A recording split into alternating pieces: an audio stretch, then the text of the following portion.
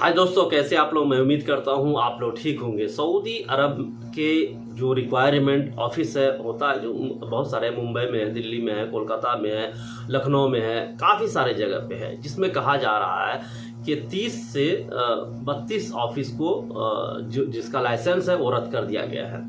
और मेडिकल जिसमें कराता है सऊदी गल्फ आने के लिए, तो मेडिकल के जो 12 से 15 मेडिकल है उनका भी लाइसेंस रद्द कर दिया गया है। अब इसके पीछे की वजह क्या है आपको इस वीडियो में आगे पता चलेगा दोस्तों।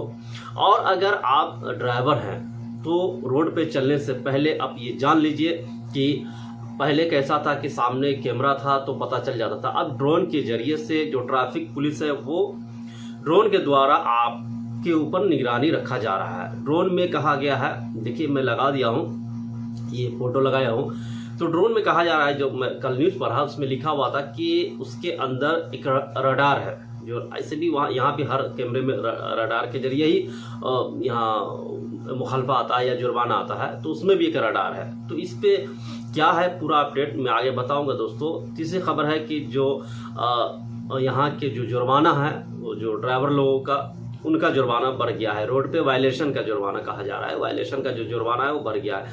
इस पर भी हम आगे बात करेंगे विस्तार से। और एक बंदा ने मुझसे खरूज के लिए पूछा था कि वो एग्जिट पेपर वैसे में दिया है, अभी तक उसका मैसेज नहीं आया। इसके ऊपर भी हम तफसील से आपको हम बता देंगे। और मेरा पूरा वीडियो देखा कीजिए ताकि आपको ये समझ में आएगा कि जो आपने उसने लिखा है कि मेरा इकामा एक्सपायर है तो मैंने अप्लाई किया। तो इस पे अगर मेरा पूरा वीडियो देखते तो शायद ये सवाल आप नहीं करते, आपको उसका जवाब उस वीडियो में मिल जाता।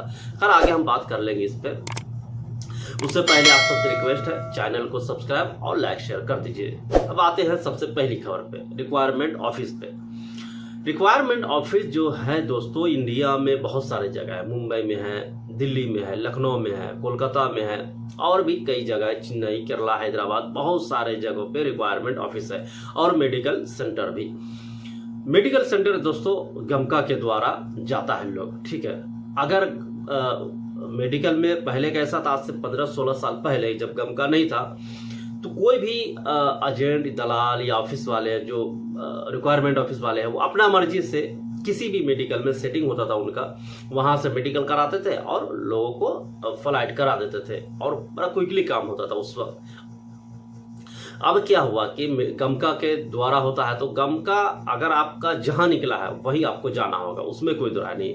लेकिन अब भी बहुत सारे ऐसे ऑफिस है जो ऐसे मेडिकल सेंटर है जो ऑफिस वाले से पैसा लेकर के पास करते हैं और बहुत सारे बीमारी वाले लोग आते हैं। तो इस वजह से सऊदी के जो मेडिकल सेंटर का जो मिनिस्ट्री है, जो विदेश मंत्रालय से जुड़ा हुआ है, उन्होंने क्या कहा है, क्या है कि बहुत सारे जो मेडिकल सेंटर है उनका लाइसेंस ही रद्द कर दिया है। 12 से 15 लिखा हुआ कि 12 से 15 मेडिकल को लाइसेंस रद्द कर दिया गया है। इसकी वजह है कि बहुत सारे लोग जो आते हैं यहाँ अनफिट होते हैं, उसकी वजह से वो लोग ऐसा किया है। इसके पीछे कई सारे कारण हो सकते हैं। आपको क्यों ऐसा करता है मेडिकल सेंटर वाला, क्यों किस लिए करता है, ये तो वही बताएगा, ठीक है। दूसरी बात है दोस्तों, उसके साथ साथ रिक्वायरमेंट ऑफिस को भी यानी कई सारे ऑफिस है जिनका रद्द किया गया है लाइसेंस। 30 से 32 कहा जा रहा है कि 30 से 32 रिक्वायरमेंट ऑफिस है पूरे इंडिया में जिनका लाइसेंस रद्द कर दिया गया है। ये सऊदी अरब ने किया है, क्योंकि बैन कर दिया है, ठीक है। क्योंकि सारे चीज़ इंडिया का जितने ऑफिस है, रिक्वायरमेंट ऑफिस या मेडिकल सेंटर, ये सारा चीज़ सऊदी से जुड़ा हुआ है, इसीलिए बहुत सारे ऑफिस का जो लाइसेंस है वो रद्द कर दिया है, ठीक है। अब आते हैं दोस्तों दूसरी खबर पे। जब आप रोड पे चलते हैं तो पहले कैसा था कि चलो ठीक है, सामने में कैमरा दिखता था, ड्राइवर को सामने में दिखता था तो वो सावधान हो जाता था। अब ऐसा नहीं है, अब आपके सर के ऊपर मंडराएगा जो कैमरा, उसको आप देख नहीं सकते हैं।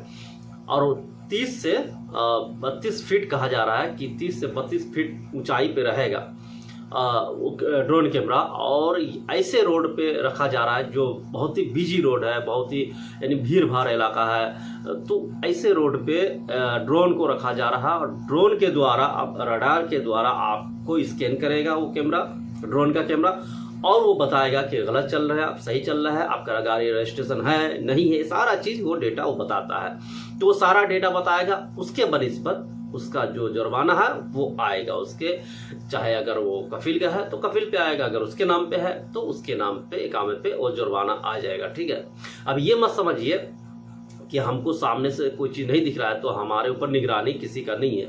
निगरानी अब आपके सर के ऊपर से रखा जाएगा। ठीक है, ये ड्रोन के द्वारा ट्रैफिक पुलिस वाले ने कहा है कि ड्रोन के द्वारा अब हम निगरानी अपना सुरक्षा के लिए, यानी उनका कहना है कि रोड की सुरक्षा के लिए हम इस चीज़ को कर रहे हैं। अब बीजी रोड जहाँ है ज़्यादा वहाँ रहेगा, जहाँ बीजी नहीं है, जहाँ जाम वाम नहीं होता वहाँ नहीं रखा जाएगा। ठीक है, तो मुझे ऐसा लग रहा है क्योंकि हर जगह तो रखेगा नहीं ड्रोन।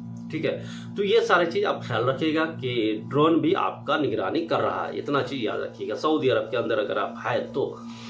तीसरी खबर है दोस्तों कि जुर्माना का जो रेट है वो बढ़ गया है सऊदी अरब के अंदर। ठीक है, अगर आप मोबाइल से, पहले कैसा था 500 रुपया था, अगर मोबाइल से बात करते हुए आपका फोटो आ गया तो 500 रियाल आपको लगता था, अभी 900 रियाल है। ठीक है, अपोजिट में अगर आप चलिएगा तो 6000 रियाल है, याद रखिएगा। किसी भी शख्स, किसी भी एक ड्राइवर का 6000 रियाल अगर जुर्माना आता है तो उसके लिए समझो मरने से बेहतर और कुछ नहीं होगा, क्योंकि 6000 रियाल भरने में उसको हालत ख़राब हो जाएगा। किसी का भी सैलरी 2000, 2200, 2500 यही होता है।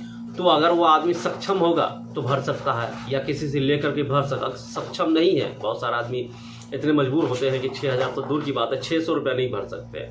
तो इस तरह से आप ख्याल रखिएगा, अपोजिट में नहीं चलिएगा और अपना सावधानी से चलिए। अपने जो गाड़ी चलाने वक्त गाड़ी ही चलाइए, बाकी और कुछ मत कीजिए। ठीक है, तीसरी खबर है जो सवाल पूछा किसी बंदा ने, मैं यही कहूँगा कि मेरा हर वीडियो देखिएगा तो आपको शायद इसका सलूशन मिल जाता उस वक्त। आपका जो सवाल किए हैं वो सवाल शायद आप नहीं करते। उसने सवाल किया कि सर मैंने एम्बेसी में अप्लाई किया है कि मेरा जो एग्ज़िट है वो लगा दीजिए, तो मेरा इकामा भी एक्सपायर है। ये तो सबसे पहला आपका गलत हो गया कि इकामा एक्सपायर है तो आपका एग्ज़िट पेपर नहीं बनेगा, एग्ज़िट आपका नहीं लगेगा। चूँकि अप्लाई से पहले आपका इकामा कम से कम वैलिड 30 दिन होनी चाहिए। ये मैंने अभी 2-3 दिन पहले ही कानून लागू हुआ है कानून, तो ये मैंने 2-3 दिन पहले ही वीडियो डाला था। तो 1 महीना, कम से कम 1 महीना होनी चाहिए वैलिड, 30 दिन कम से कम। उससे ज़्यादा जितना होता है 60, 70, 80, 90, 100, 200 दिन हो वो अलग बात है, लेकिन कम से कम 30 दिन होनी चाहिए आपका एग्ज़िट पेपर या छुट्टी पेपर, छुट्टी लगाने के लिए। ठीक है, तो आप अप्लाई किए हैं, अब एम्बेसी में जाइए। एम्बेसी में जा कर के आप पता कीजिए कि सर मैंने जो अप्लाई किया है एग्ज़िट के लिए तो क्या मेरा लगा या नहीं लगा, या मुझे कुछ और करना होगा, कोई और डॉक्यूमेंट सबमिट करना होगा। ये सारी चीज़ पता कीजिए, क्योंकि वो आपका जब तक इकामा रिन्यूअल नहीं होगा आपका एग्ज़िट नहीं लगने वाला है। हाँ, अगर किसी कारण से दायां बायां करके लगवा रहे हैं तो फिर आप दायां बायां करके ही पता कीजिए। वो होता है दायां बायां करके भी बहुत सारे लोग लगा देता है, लेकिन एक इकामा का डेट होना चाहिए तो ही दायां बायां में भी लगेगा। ठीक है, तो इस तरह से आप जाइए एम्बेसी, इंडियन एम्बेसी और इंडियन एम्बेसी में जाकर पता कीजिए। ठीक है ना, क्योंकि ऐसे आपको वो नहीं लगाएगा जब तक उसको 2-3 बार नहीं बोले। इंडियन एम्बेसी इतना अच्छा नहीं है कि आप एक बार अप्लाई कर दिया और आपके हाथ में 10 दिन बाद दे देगा कि ये बाबू है आप ले लीजिए आकर के। ठीक है, ऐसा नहीं करेगा वो लोग, कम से कम 4-5 बार दौड़ाएगा, भगाएगा, फिर जा करके काम करता है। ठीक है, जाइए एम्बेसी एक बार चेक कीजिए, आपका कर देगा वो। ठीक है, तो ये कुछ अपडेट थी दोस्तों, मिलते हैं नेक्स्ट वीडियो में। Thank you.